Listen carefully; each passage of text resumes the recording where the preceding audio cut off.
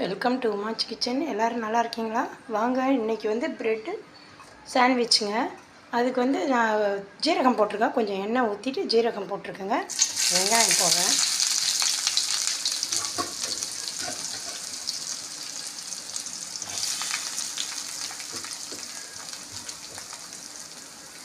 இது கோல்டன் கலர்லாம் வர வேணாம், சும்மா கொஞ்சம் வதங்கினா போதுங்க, ரொம்ப கலர் வர வேணாம்.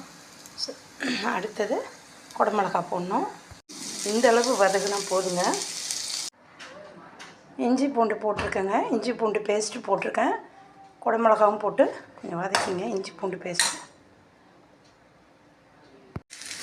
தக்காளி போட்டுக்கலாங்க.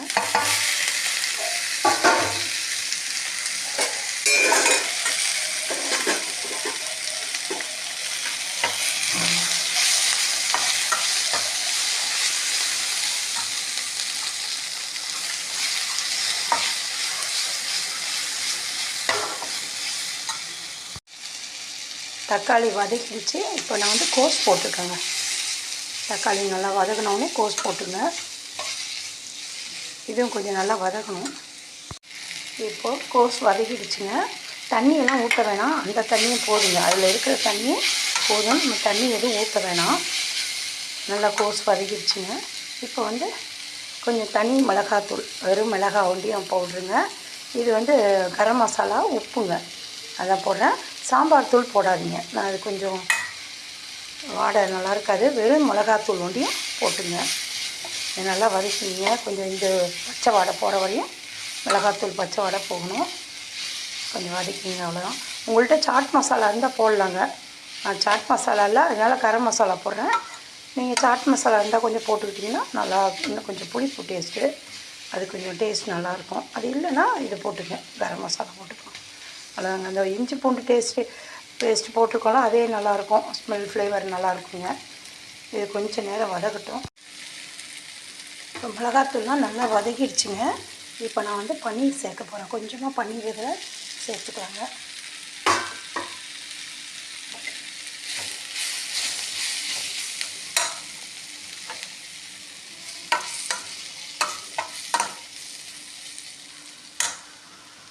அவ்வளோதான். இப்போ வந்து ஆற விட்டு நம்ம ப்ரெட்டில் ஸ்டஃப் பண்ண வேண்டியதாங்க. நல்லா ஆறணும், ஆறினா தான் ப்ரெட்டு நல்லா வருங்க. இல்லைன்னா உடைய ஆரம்பிக்கும். நம்ம பெரட்டி போடும் போது, ரோஸ்ட் பண்ணும்போது உடையுங்க. நம்ம எண்ணெயில் பொரிக்க போகிறதில்ல, நான் தோசைக்கல்லில் தாங்க போட்டு எடுக்க போகிறேன். இப்போது மைதா மாவு கொஞ்சம் எடுத்துங்க. அதில் கொஞ்சமாக துளி உப்பு போட்டு கரைச்சிங்க. இந்த அளவுக்கு கொஞ்சம் பேஸ்ட் மாதிரி வச்சுங்க. இந்தளவு இருக்கட்டும், ரொம்ப தண்ணி வேணாங்க. இந்தளவு இருந்துட்டால் நம்ம இப்போ ஸ்டஃப்பு பண்ணிட்டேங்க. உள்ளே ஸ்டஃப் பண்ணியிருக்கேன், தெரியுதுங்களா? இந்த இதை வச்சு ஸ்டஃப் பண்ணியாச்சு. இப்போ எடுத்து நம்ம இதை அப்படியே ரிவேர்ஸில் போடுங்க. தவா சூடு பண்ணி எண்ணெய் ஊற்றிருக்கேங்க, எண்ணெய் கொஞ்சமாக ஊற்றிருக்கேன். இப்போ நம்ம ரிவேர்ஸில் போட்டுடலாம். போட்டுட்டு மிச்சம் இருக்கிறத இப்போ மேலே அப்ளை பண்ணிங்க. இந்த மேல் பகுதிக்கு அப்ளை பண்ணிடலாம்.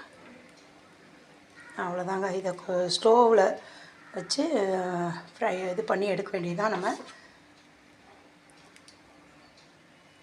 டீப் ஃப்ரை பண்ணலங்க, நம்ம சாலோ ஃப்ரை தான் பண்ணுறோம்.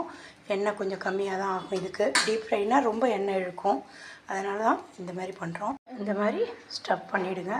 உள்ள ஸ்டஃப் வச்சுட்டு இன்னொரு ப்ரெட்டால் நல்லா அழுத்தி மூடிடணுங்க. நம்ம அழுத்தி இப்படி ப்ரெஸ் பண்ணி விட்டிங்கன்னா கொட்டாது. நம்ம எடுத்து திருப்பி போடும் போது தோசைக்கல்லில் கொட்டாமல் இருக்குங்க, அதுக்கு தான் இது. இப்போது இதை எடுத்து இப்போ அப்ளை பண்ணிடலாம்.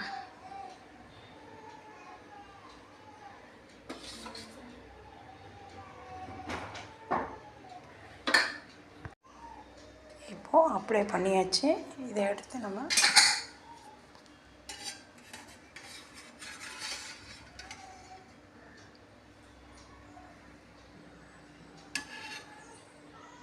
அவ்வளோதாங்க.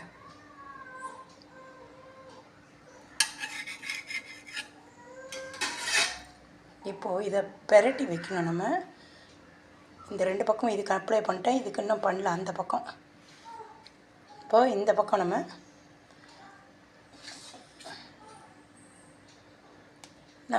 இந்த இதில் மைதா மாவு பேஸ்ட்டு வச்சுருக்கோம்ல, இதில் வந்து உங்களுக்கு காரம் அந்த இதை கிரேவி சாப்பிட்டு பாருங்கள். காரம் இருக்குன்னா இதுக்குள்ளே உப்பு ஒண்டி போதுங்க. அதில் காரம் கம்மியாக இருக்குன்னா, உள்ள ஸ்டஃப் வச்சுருக்கோம்ல, அதில் காரம் கம்மியாக இருக்குன்னா இதில் கொஞ்சம் மிளகாத்தூள் போட்டுக்கலாம். நான் வந்து உப்பு தான் போட்டிருக்கேன். நீங்கள் கொஞ்சம் மிளகாத்தூள் கூட போட்டுக்கலாங்க.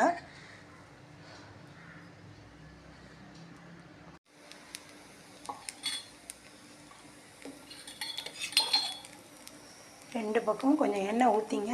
இந்த பக்கம் அந்த பக்கம் ரெண்டுத்துக்கும் 2 சைடும் ஊற்றுனுங்க. கொஞ்சம் ஸ்லோவாக பெரட்டுங்க.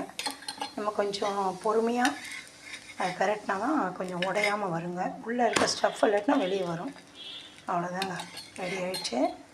நம்ம டீப் ஃப்ரை பண்ணால் எல்லாம் ஒரே ஈவன் கலராக வரும்.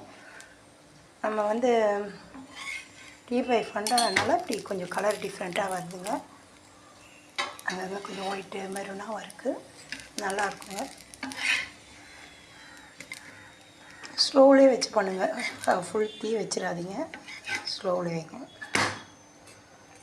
இந்த மாதிரி தான் வரணுங்க. ஓவர் தீ வச்சிட்டோன்னா, ஃபுல் தீ இருந்ததுன்னா இந்த மாதிரி கலர் சேஞ்ச் ஆகிடும். அதனால் இப்படி வச்சு எடுத்துருங்க.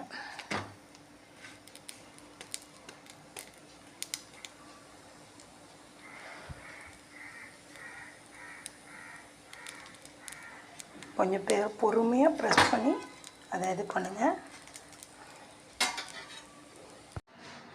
Sandwich ready ஆகிடுச்சுங்க.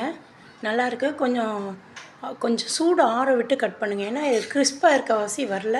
இந்தமாரி கத்தியால் கொஞ்சம் பொறுமையாக கட் பண்ணிங்க, கத்தி வச்சு கட் பண்ணிங்க. நல்லா வந்திருக்குங்க. அவசியம் எல்லோரும் செஞ்சு பாருங்கள். தேங்க்யூ. ஷேர் பண்ணுங்கள், சப்ஸ்கிரைப் பண்ணுங்கள், கமெண்ட் பண்ணுங்கள்.